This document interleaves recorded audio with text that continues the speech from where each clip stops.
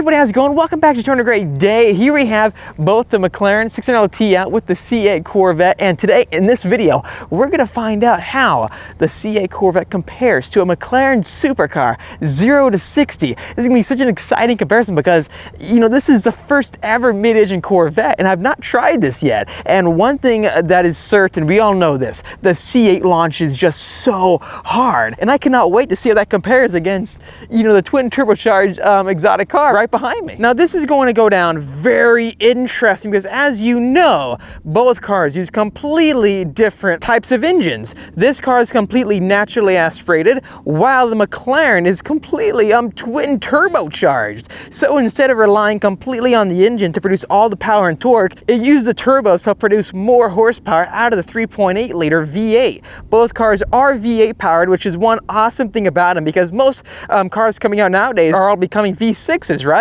For example, the new Ferrari 296, that's a V6, right? The new McLaren Artura, that is a V6. Most of these newer exotic cars that are supercars are starting to slim down when it comes to the powertrains and just the engines in general. And that is just the way of the future, right? That's what they're all saying. The Artura is a hybrid, so is the Ferrari 296. Anyways, though, we're probably going to see a hybrid version of the C8 Corvette right behind me in the future. Everyone's talking about that, right? The Zora, which is all hype, right? I'm so excited to see what the top level C8 Corvette is gonna be like. For the time being though, even though this car is a starting Corvette, the Stingray, the lowest level in terms of performance Corvette that they can make, it still performs incredibly well, given that it is mid-engine now. So having a pushrod, stereotypical a Chevrolet V8, it's got so much torque, and combine that low-end torque with a super fast shifting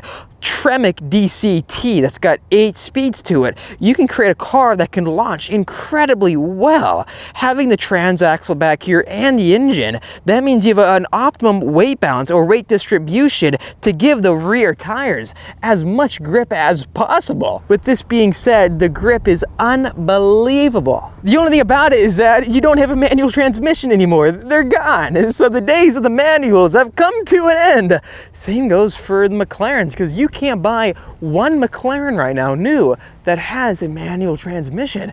These cars are all about the racetrack, you know? Just like the C8 Corvette, the McLaren 600LT uses a dual clutch transmission to put all that power down to the ground in the quickest way possible. Here's where it's going to get very interesting. The McLaren 600LT does have a major advantage in terms of the weight and the power. So this car does weigh less than 3,000 pounds. So with that being said, the power to weight ratio is honestly unbelievable, and it produces a lot more horsepower. So it's right around 600 horsepower, and it is underrated from McLaren, so it puts around that to the wheels. McLaren tends to underrate all their cars, I'm not sure why.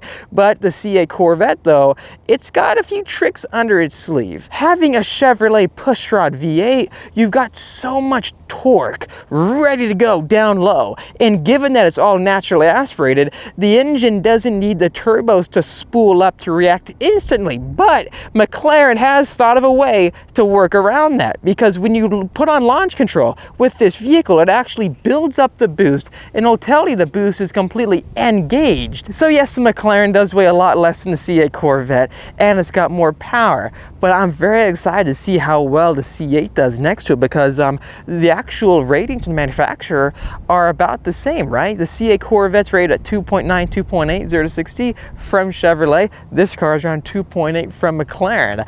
And we've seen so many incredible tests online of C8 Corvettes doing 0 to 60, 2.7, 0 to 60, 2.6. And I've actually done that before myself with the passenger. So it's really impressive. And the main equalizer is that both cars are on 305 tires, 305 20s in the rear. So you know what? Let me hop in both cars and show you how both cars set up launch control, and let's see this. Real quickly, we are going to be filming this video with the help of Insta360 right here. Insta360 produces incredible action cameras, and we're going to be using their Insta360 1R 1-inch edition, as you can see right here, with its 1-inch sensor. It's got incredible low light capability. So we're going to be testing that out today with the car, showing you guys how these two perform side by side. If you are interested in picking up an Insta360 1R 1-inch 8-inch edition, make sure to click the link down below in the description and you can pick one of these up right away. Having a 1-inch sensor, we're going to be shooting in 5.3K, so it should be so amazing. Anyways, let's do this. Okay, here we go, hopping inside the McLaren 600 LT. Love these vertical doors. I'm so hooked on them. But like I mentioned earlier, big weight advantage for this vehicle. Hopping inside with the carbon fiber everywhere. Here we go. So launch control in this vehicle is very interesting, but also very straightforward. If you're not familiar with launch control in McLaren, the first time you use it, you're gonna be a bit confused trying to figure out how it works. Nonetheless, let me show you right now. Starting up the vehicle, that's the start button. As you can see right in front of us, the RPM is limited because we are in neutral right now and the active dynamics panel is not selected. Also, the temps are all good. We're in the green, which is what it should be. Anyways, moving down here, this is where all the magic happens in this vehicle. So this is your active dynamics panel. And by hitting active or activating it, whatever settings you have placed for the powertrain, which is P, and also the handling, which is H, becomes activated. So right now I have sport powertrain enabled and sport handling, which stiffens up the handling and also makes the transmission and engine tuning more aggressive. Turning AC all the way off for this, obviously. I think I'll put powertrain in track mode so we can get the inertia push, which is a basically a speed shift where the RPM doesn't lower and we get a kick into the next gear. Very high tech and cool stuff. Hit active, it'll activate your settings. I'll leave it in sport mode because the ground is not the smoothest, and that's for track mode. Sport handling is really good for a rough terrain or, well, a rough street. Anyways, let's turn off manual shifting, get the maximum shifting out of the vehicle. So first, pull the right paddle shifter, go into drive, and then hit launch. Now it says traction control is off, and then it says launch active. So foot to the gas, foot to the brake, and then let's let it build boost.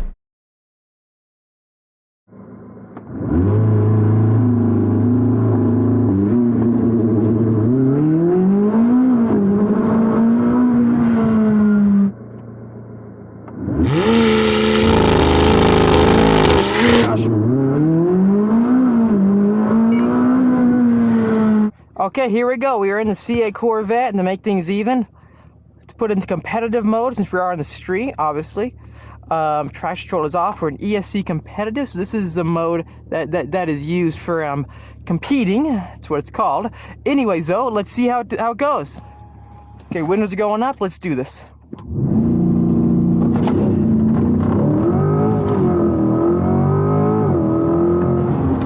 Okay, this time we're going to try out race mode, which is the same thing. Put in race mode, double hit the traction control button, go into race, and then let's see how this thing goes. Launch control activated.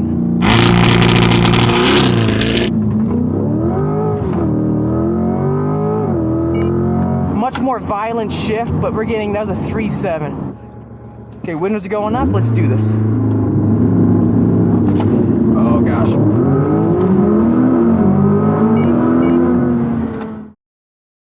So I went over all the footage and video of both runs in either car. So both cars got 2 runs just to test it out. And essentially what I realized is that the launch control systems with both cars are actually very similar. And I mean, like, when you launch with a dual clutch, it manages the power very well and both cars launch extremely hard. However, with all the low end torque with the CA Corvette, it allows it to launch in like any other, mid-engine supercar of its caliber.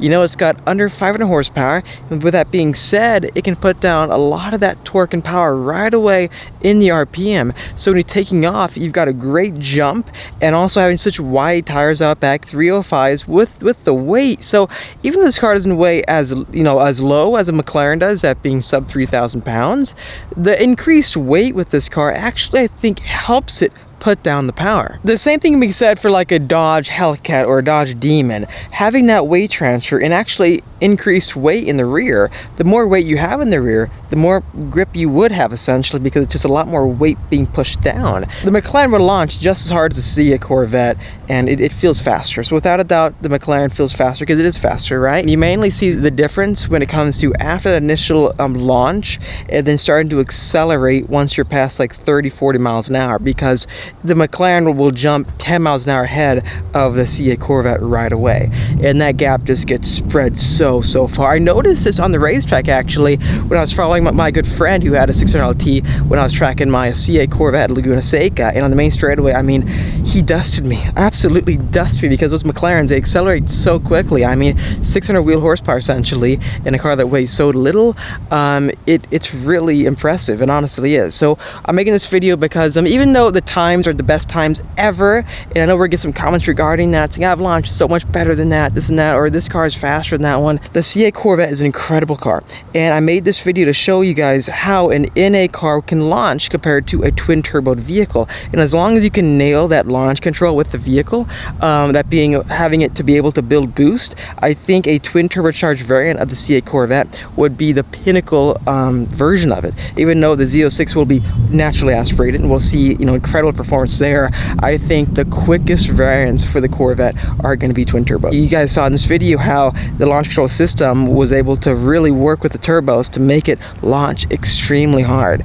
And imagine that with like 800 horsepower, 900 horsepower, or 1,000 with a C8 Corvette. That'd be incredible. So please let me know, guys, in the comment section down below, what do you think of the launch control systems between the 8-speed DCT Tremec and also the DCT, the 7-speed DCT in the McLaren. One last thing though I do want to mention, the C8 Corvette doesn't just have a torque advantage, it also has an advantage when it comes to the gearing, because if you watch the video again, or just if you look at it, the McLaren is shifting only 2 times for that 0 to 60 run, but the C8 Corvette is already in 3rd gear, and as many of you know, with a DCT, it doesn't matter how much you shift because they shift instantly, basically, faster than you can blink your eye. So having an extra gear, 1st gear, really can be allocated to that launch control. Then having the 8th gear being your highway cruising gear, being an 8-speed DCT allows you to finely tune that launch control. And you can see that as well with the Acura NSX. When I drove that car,